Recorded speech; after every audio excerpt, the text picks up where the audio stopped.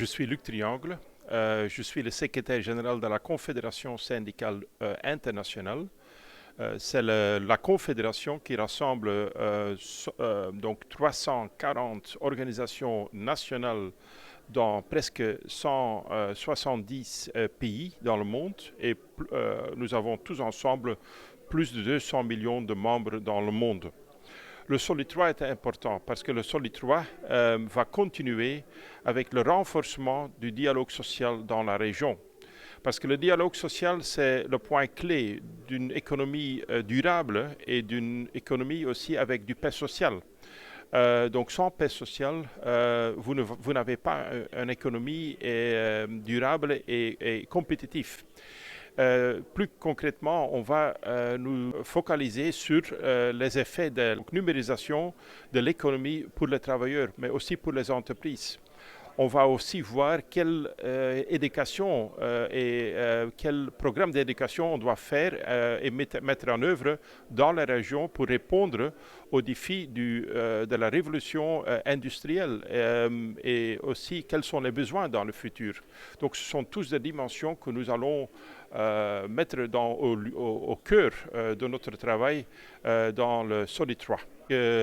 L'intelligence artificielle, c'est quelque chose qui est inévitable. Donc ça fait partie du futur de l'industrie, du futur de notre société.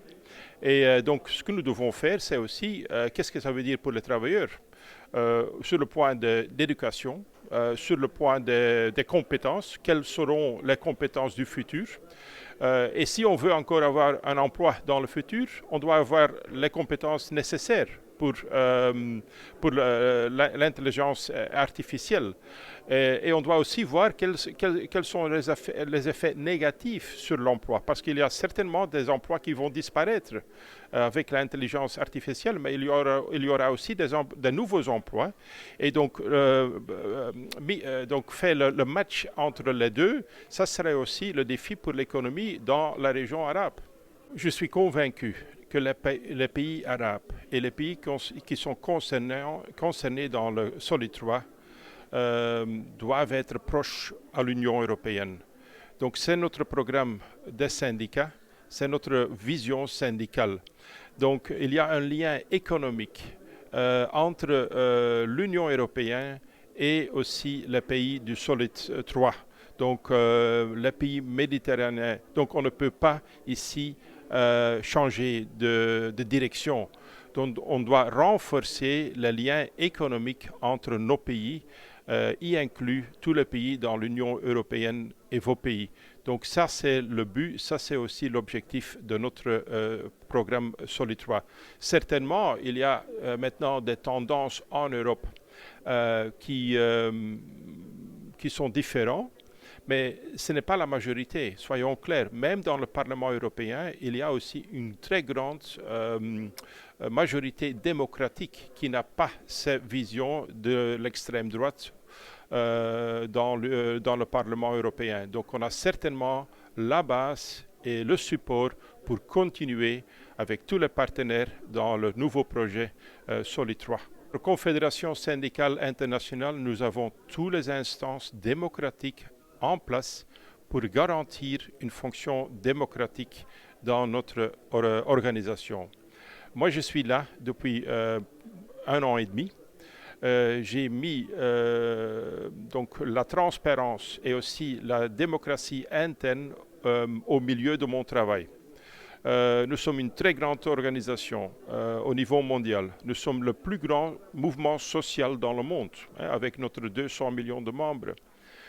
Donc ça veut dire que nous avons aussi des défis démocratiques, mais nous avons déjà changé les choses, nous avons déjà augmenté la transparence et aussi la démocratie interne et on va continuer avec tout ça, y inclut aussi avec notre amis et notre collègue arabe qui joue aussi un rôle très important dans notre organisation. Le Maroc, c'est un pays très proche à l'Union européenne. Je pense quelques dizaines de kilomètres entre le Maroc et l'Espagne. Donc c'est un pays avec qui nous travaillons de cœur C'est aussi un pays avec qui nous travaillons économiquement, politiquement. Donc pour nous, le Maroc, c'est un pays très important dans le nord de l'Afrique, mais aussi dans le monde arabe. Et donc nous allons continuer avec une bonne coopération, une bonne collaboration avec les syndicats marocains et la Confédération syndicale internationale, mais aussi avec les pays de l'Europe. Donc ça existait déjà et il n'y a aucune raison de changer ces bonnes pratiques. Donc on va continuer aussi avec ces bonnes pratiques.